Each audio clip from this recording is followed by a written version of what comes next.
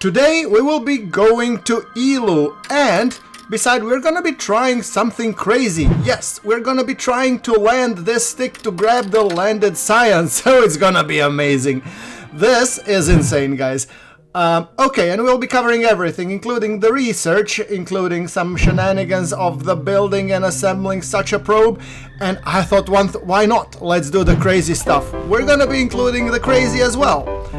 And to be even more crazy, we're gonna be sending the probe to Eloo all the way, perform the science, try to land, and who knows? Maybe we even try to get it back to Kerbin. So hello everybody and welcome. We will be performing the Frosty Mug mission. Yes, the mission where we are supposed to just enter the Eloo sphere of influence, but we're not gonna stop there. We're gonna do all kinds of crazy shenanigans. Get to the Eloo sphere of influence, get into orbit, try to land, perform science, and bug the bananas out of there, and come back to Kerbin and return the samples for maximum science delivery. Yes. Having said that, I've already started spending the science in the heavy orbital operations. I was thinking to actually do these, but heavy trusses are more useful because they lead to larger payloads, because I really need to get larger payloads because of the engine plates and the cargo fairings. Yes, that's what I was trying to say. And that left me dry on the 62 science. So we're gonna be constructing something different. I was thinking previous mission I wanted to do something, you know, a little bit more fancy with either xenon drive or nuclear. But this time when we're going to Eloo, there's no reason why we shouldn't go with the full-on nuclear drive. So we're gonna be taking care of Nervas. Yes.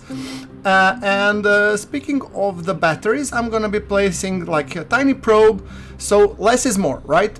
So I'm gonna be putting the long-range antenna, the smallest probe I could find, the smallest SAS, a couple of batteries, and then I was thinking the xenon drive. Yeah, no, not really.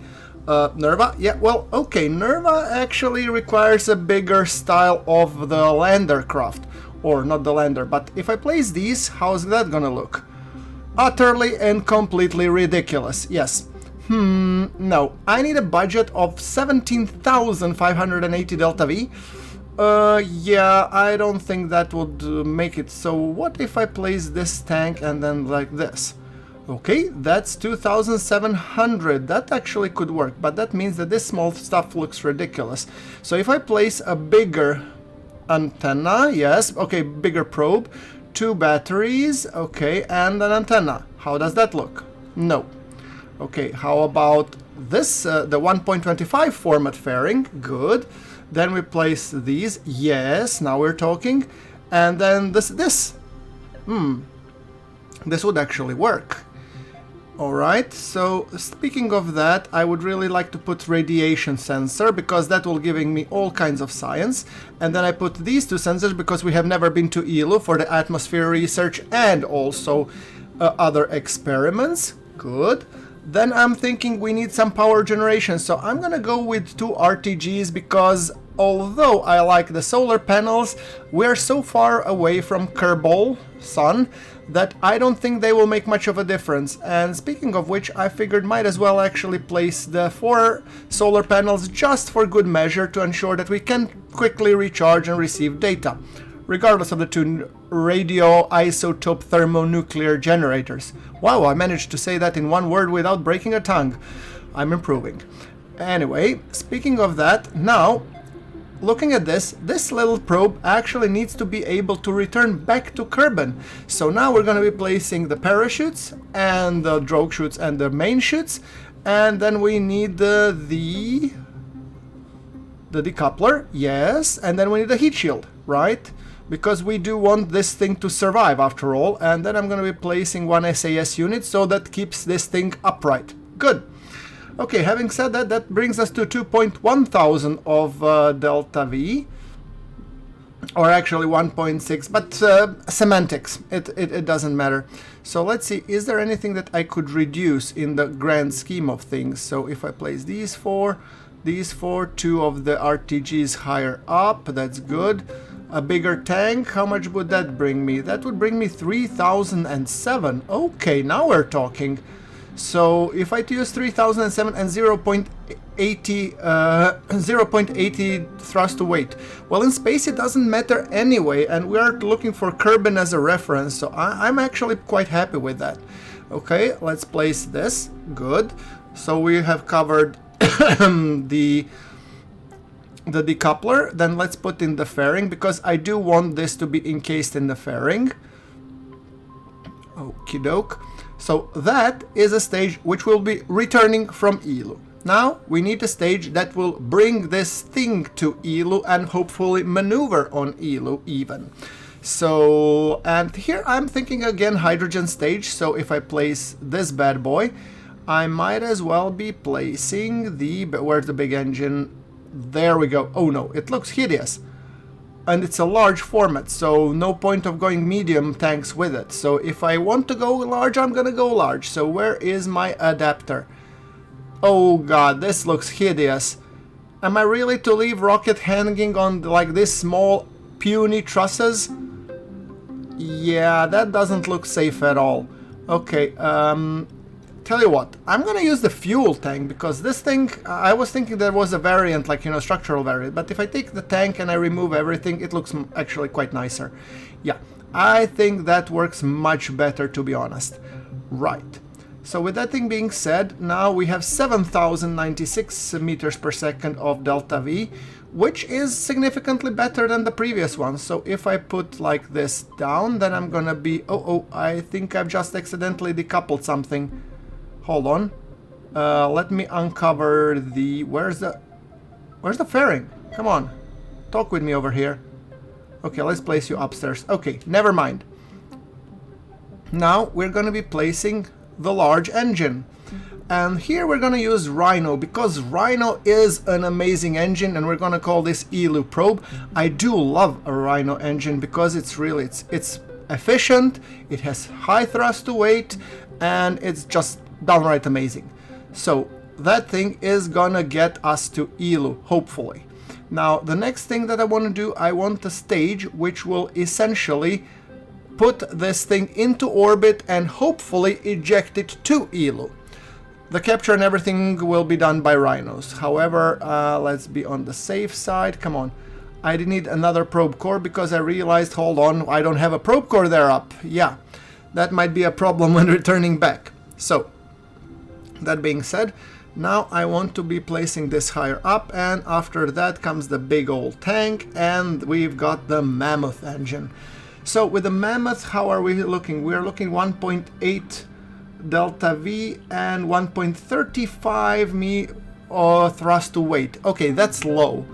But if I place another tank and if I place some solid rocket boosters, well, it might just work out better. So okay, first things first, I do want to strut everything, because this rocket otherwise is gonna wobble like a wet noodle. The rockets are much more sturdy in the KSP2, however, I'm still a big fan of using extra struts, because when it comes to wobble, you don't want them to wobble like a rubber ducky. Right. And always, I've noticed on the first launch, they always wobble for some reason, which is completely unbeknown to me, as you will probably see in the launch video. But then again, I digress. Anyway, let's see what our current thrust to weight and everything looks. We are 13,475 meters per second, and that looks actually a lot more promising. So we might not need 17,000, because 17,000 includes getting re-entry and the powered descent to surface. I don't need a powered descent to surface, I just need my craft to survive the atmospheric inferno that's gonna ensue. Right. Okay, so here we have the Separatrons. I'm just putting them in the same stage, and then they're gonna be firing together when the decouplers fire. Let's put this launch clamps, and soon enough we will be ready for our launch. Let me just put the fairing back on. Look how beautiful it looks. Oh, I do want to have 1 or 2 SAS units just to be on the safe side. Right. Coloring wise, let's do it transparent and blue. I think that looks great, and let's go further to the launch, saving this vehicle and going for the launch. This is gonna be amazing, guys.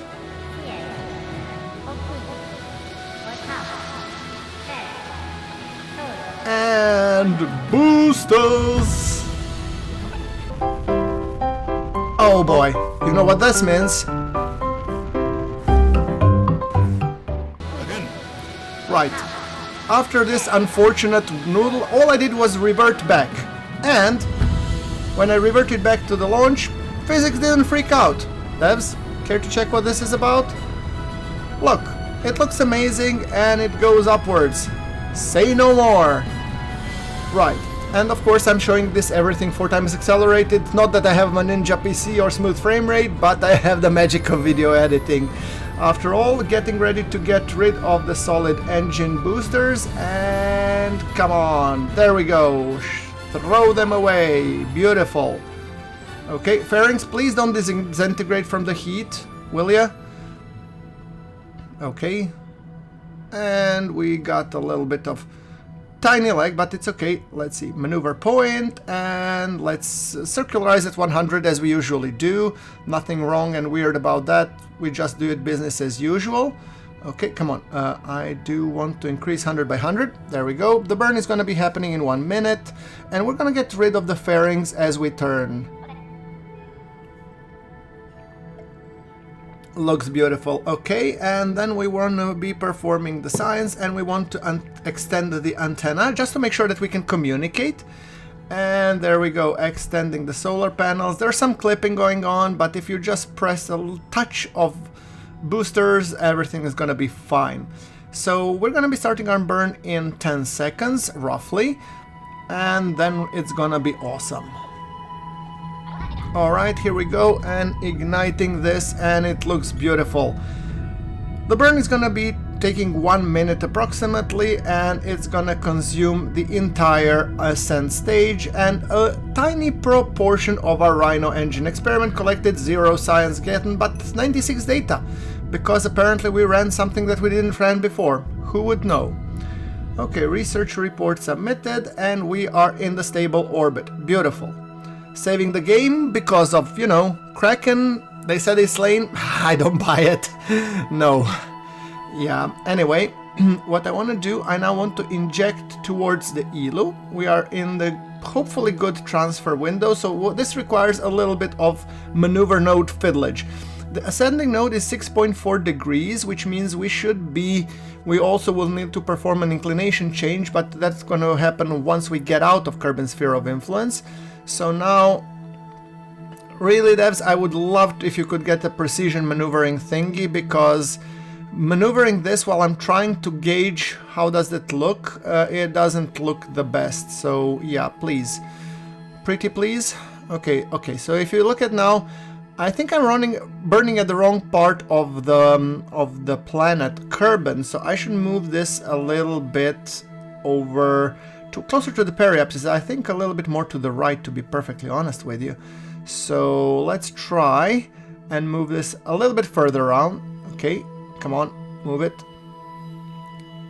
A little bit more to the right, a little bit more to the periapsis. Okay, now we're increasing in apoapsis. Oh, and looks much better. Alright, and look, 1A and 1B are actually getting closer together. That's something that I'm always monitoring, 1A and 1B.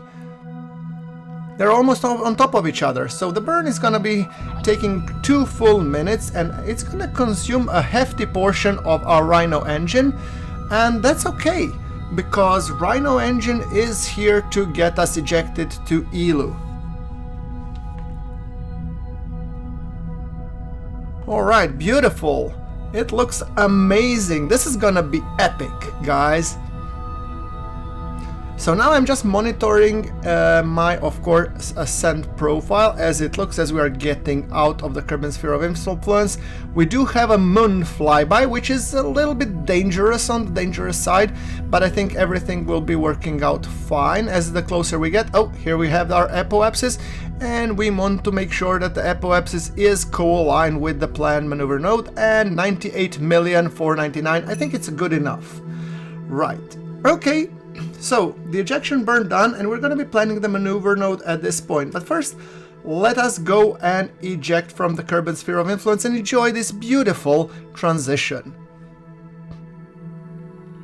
Look how glorious it looks. It's just amazing. Oh, I am loving this. all the way to Eloo, hopefully earning this 8,000 plus some extra science. And the next thing that we need to do is now we have to plan the inclination change so that we get .18 and 1b as close as possible. And look, we almost have an encounter there, which means if I fiddle with the node a little bit more, 184, if I just reduce the distance from target, I will be getting, see, an encounter. Beautiful, that's what I was hoping, and if I focus on Eloo, everything is tilted. Devs, could you please make sure that it's not that tilted, because this just looks weird. Alright, so now fine fiddling with the maneuver node will ensure we get a very nice encounter with the Eloo. My goal is to have a very low altitude flyby, and who knows, if we have enough delta V, we might even get into orbit, maybe even attempt a landing, who knows. There we go, the burn is gonna be 1314 until we get the orbital inclination the way we want it to. So that's gonna happen. Oh, and disconnect. There we go, stage, and we are on our first nuclear stage. Finally. Finally we are using the Nervous, or in this case I think it's a bigger one. Do let me know in the comments below what's the name of this engine. Oh guys, and while you're there, do hit that like button if you're enjoying the video and if I'm providing value or entertainment to you, if you think I deserve it, and also if you want to see more KSP videos and in general space games and stuff, do press that subscribe button and you will be notified when the new changes come, when the new videos come. Right, with the burn being done, I have set up another maneuver node, not for the burn's sake, but for the purpose of having a place and estimate when I come there. So I hit the afterburners and we are approaching very nicely towards Eloo, and each time I get closer I just zoom, so yeah, it's a little bit, you know, like dancing. See, and time warp limited due to the celestial body, and if I accelerate a little bit further we get into the Eloo sphere of influence, indicated by the music change and all of the wonderful science that I'm performing and also transmitting. After all, we do want to transmit as much science as possible, and while we're here, might as well immediately now create another maneuver node. Experiment finished, okay, good to know, focus, and now I'm a little bit in the race against time to make sure that I have good enough Eloo encounters. So if I burn retrograde, that will slow us down, and we could get a nice periapsis for a very, very low orbit, which is the plan. So if we go down there, we're going to be performing 2.2 thousand meters per second burn. So it's a hefty one, and it's going to consume a better portion of our stage. But then again, after that I do expect that getting captured into orbit and maybe even landing will be quite simple. So I don't expect it to take that much. And for some reason our periapsis is dancing. I have no idea why, but you know, it wobbles, wobbles, wobbles. So 47, I'm gonna leave it at that, and now let's check how much would it take us to get captured. 166, so that means we will have enough fuel to do that. But let us enjoy this beautiful arrival at the Eloo. It's just amazing, don't you think? Just imagine, we are at the farthest reaches of the Kerbin system. If we went any further out, we would be going into the interstellar space. And soon enough, my friends, we will. We're just waiting until the colonies and, of course, the interstellar come. Colonies will actually... I'd like to hear you talk a little bit about the colonies. Colonies will change drastically the way we experience KSP 2 now. And I'm going to go into this topic in the upcoming video, so if you guys don't want to miss it, just do press that subscribe button and you'll be notified, because I think the colonies, even with the Kerbin system, are radically going to change how we build craft, how we assemble craft, and why. I'm going to tackle that in that episode, so yeah, stick around for that. Anyway, we are performing some low Eloo science. And when it comes to low Eloo science, I'm just now trying to figure out, okay, Grumpworks, you know, you're here, you're in low Eloo orbit. What if we could land? So let's lower our periapsis even further, and we're gonna go for landing, guys. Question is, can we land on this nuclear stage? Because I think it will be hilarious if we manage. So yeah, that's gonna be crazy, some crazy shenanigans. Okay, let's give it a try, shall we? Now, with that being said, we are approaching Eloo and we are approaching our periapsis. So we are just above the crater and we are going 570 meters per second, and in this stage we have 1237, which I read as enough to land and go away. So we will be landing on this stage. So lander is going to be quite tall. Yeah. All right. Now, getting ready. I'm thinking I'm gonna wait until we pass this crater, and then I'm gonna be performing the burn that we land somewhere in the flat area. I need the flat area as possible. There we go, just decelerating, killing that horizontal velocity and transforming it into vertical one. There we go. I'm gonna pack up the solar panels just to be on the safe side, and now we're in a little bit of a pickle. I don't see the shadow, and I have 340 meters per second, so alright. Oh, I think I overdid it a little. Okay, guys, paranoia time. Okay, now we are gonna go down. We see our shadow, and please don't crash, please don't crash. Oh, wrong orientation, Come on, Gromforks, you can do this. Oh, 200 meters per second, no, come on. Oh, woo. Okay, this is a nail biter one. You lucky bastard, you, Gromforks. Okay, well, at least now we have a chance at the decent landing. So what I'm gonna do, I'm gonna just gently burn. I'm landing on fumes here in my hydrogen tanks, but I really want to land. And the moment we land, I'm gonna be hitting that science mark. So can we land? Come on, careful, Gromforks, careful. Easy does it, easy. Okay, landed. Hit the science. There we go. Oh, we're gonna fall. Okay, go up. At least we did perform the science, and that's good enough for me. I don't need it to be more advanced than that. Touch and go, as they say. Okay, now let's go and burn ourselves a new apoapsis, and after that circularize around Eloo as much as we can. Okay, well, the maneuver nodes are not giving me anything, so I'm gonna be just burning a little bit upwards and pointing the maneuver prograde, or actually orbit prograde, extend the solar panels, and then we're gonna be kicking the afterburners. So there we go, decouple, and the final stage. We are on our final stage. Finally, we're gonna learn, can we get into the orbit? Obviously we will be able to. Can we go back home to Kerbin, I ask?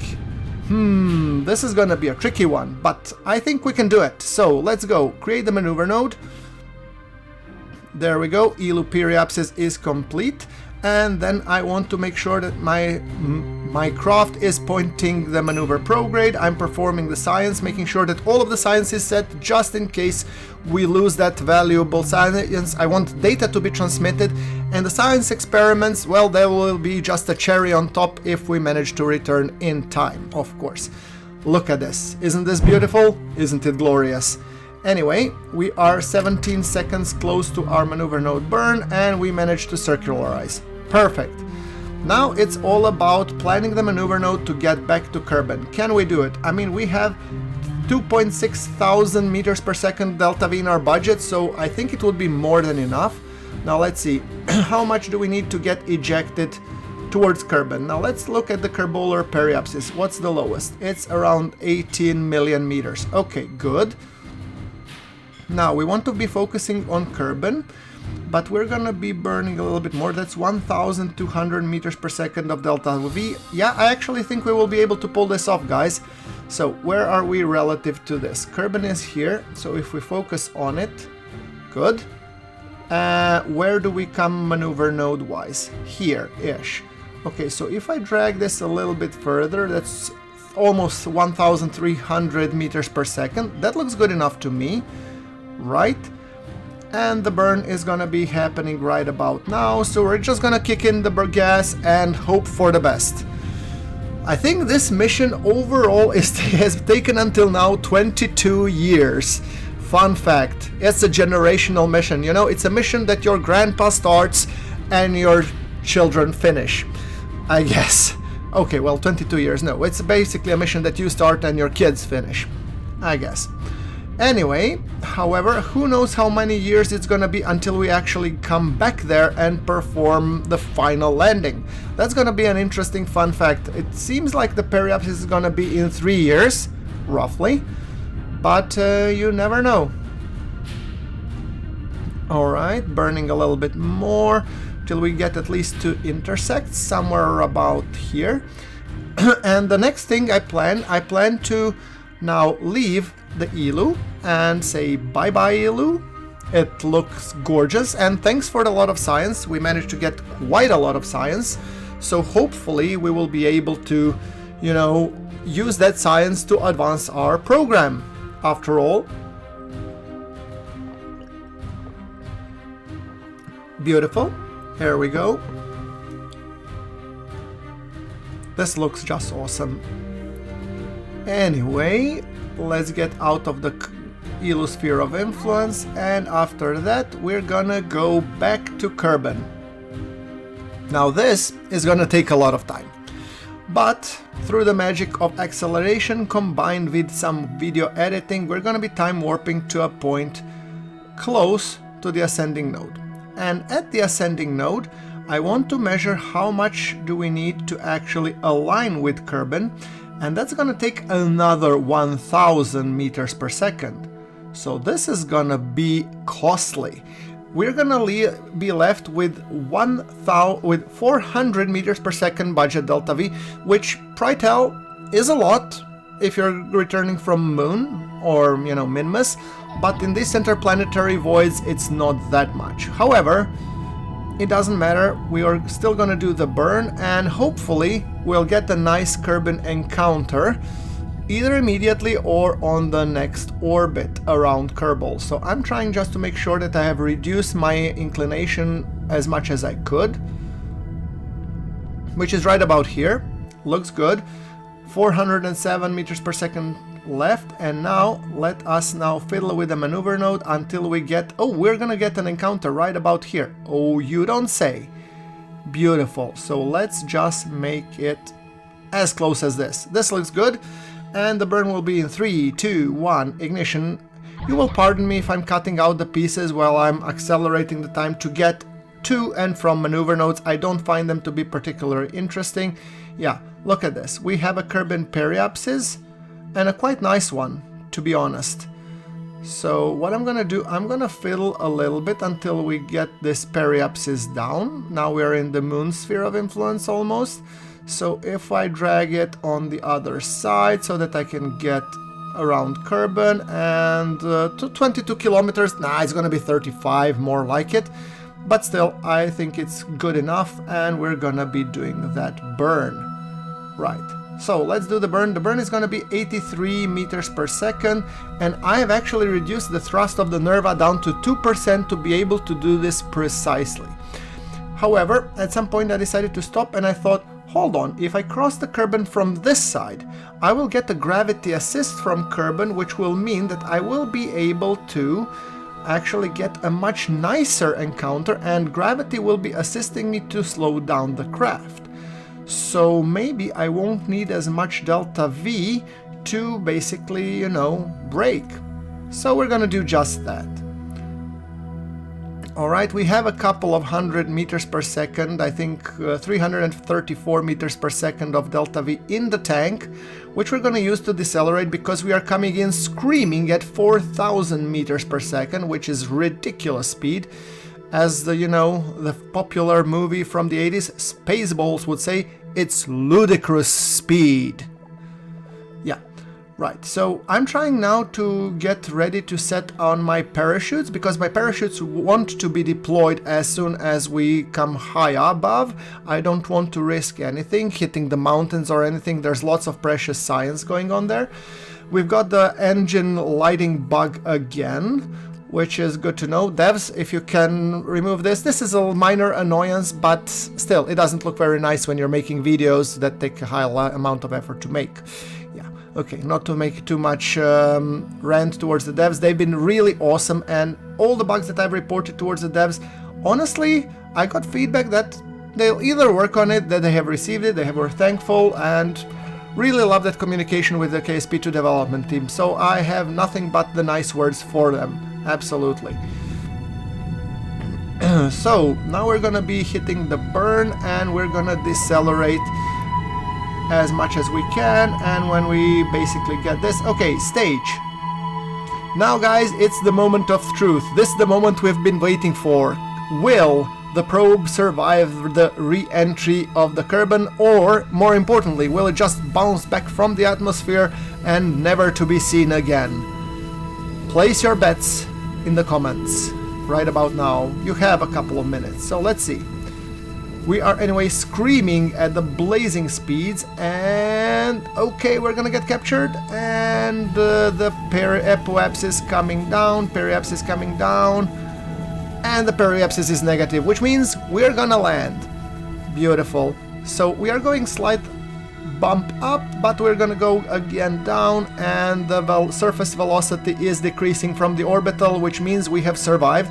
I don't see the ablator value actually when it comes to the heating, so is just having a heat shield enough? You don't have any ablator values or anything? I don't know. Maybe that's the case. Alright, we do seem to be decelerating, and at some point I'm gonna be hitting the chutes. Look how beautiful this probe looks, and for your benefit I've decided to post this in 4 times acceleration, and yeah, and after we deploy chutes, then I'm thinking I'm gonna be hitting the afterburners at 10 times acceleration, because after all, this is actually taking some sweet time going down 7 meters per second, because I'm paranoid, obviously. And going quickly down, we're gonna be getting, hopefully, all that wonderful science. Let's see if we manage to recover the probe. I'm gonna slow down the acceleration. There we go. And landed. Oh, okay. Is it recoverable? 4,000 science plus an additional 8, and it's gonna be amounting to 12. Thank you. See you in the next one.